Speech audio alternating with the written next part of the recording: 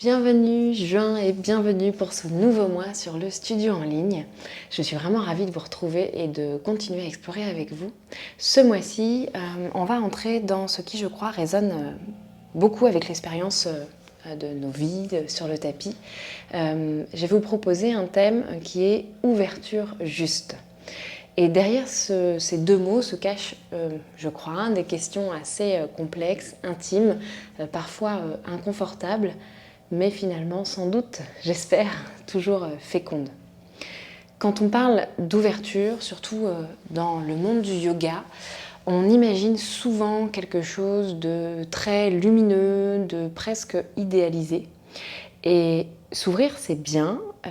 S'ouvrir, c'est être généreux, c'est être disponible, fluide. Mais est-ce que c'est toujours le bon mouvement au moment? Est-ce que c'est toujours juste vraiment pour soi? Et en fait, je crois qu'il y a aussi cette question de qu'est-ce que ça veut dire s'ouvrir avec justesse? Est-ce que parfois, et sans doute d'ailleurs, est-ce que je m'ouvre parfois au détriment de mes limites? Est-ce que je confonds ouverture et laisser faire? Est-ce que je peux apprendre à m'ouvrir sans me perdre, à accueillir sans me diluer? Et on pourrait dire, je crois que l'ouverture juste, c'est celle qui va naître d'une... Ça pourrait presque paraître contradictoire, mais d'une forme de solidité intérieure. Pas d'une fuite, pas d'un conditionnement ou d'une envie de plaire. Et peut-être que cette justesse, elle demande une chose, elle demande de revenir à soi en conscience, elle demande de questionner nos élans spontanés, elle demande aussi, je crois, d'apprendre à sentir quand on est prêt et quand on ne l'est pas, et d'accepter ces moments où peut-être on ne l'est pas.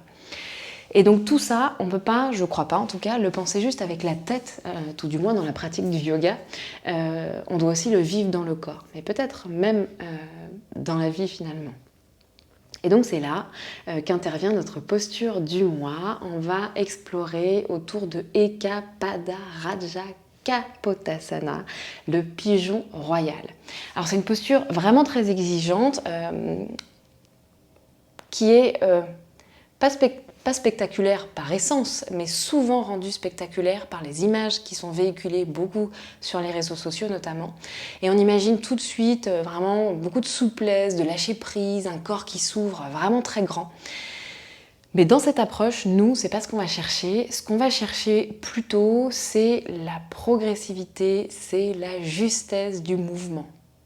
L'ouverture, mais une ouverture qui va être choisie, qui va être consciente, et qui va être adaptée à notre corps réel.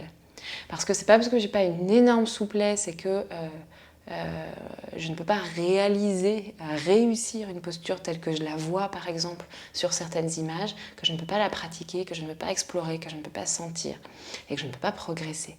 Donc sur le plan physique, c'est une posture qui va venir mobiliser beaucoup de choses. Elle va venir mobiliser les hanches et particulièrement la rotation externe d'un côté, l'avant de la cuisse, qui est souvent une zone assez tendue quand on est beaucoup assis, mais aussi le haut du dos, donc on va avoir un gros travail d'extension thoracique. Mais bon, quelle que soit la forme finalement que prendra votre posture, le cœur du travail, il va rester le même. C'est-à-dire de tenter de rester à l'écoute, de travailler avec engagement, mais sans excès. Pratiquer dans un espace de respect, de clarté, d'intention.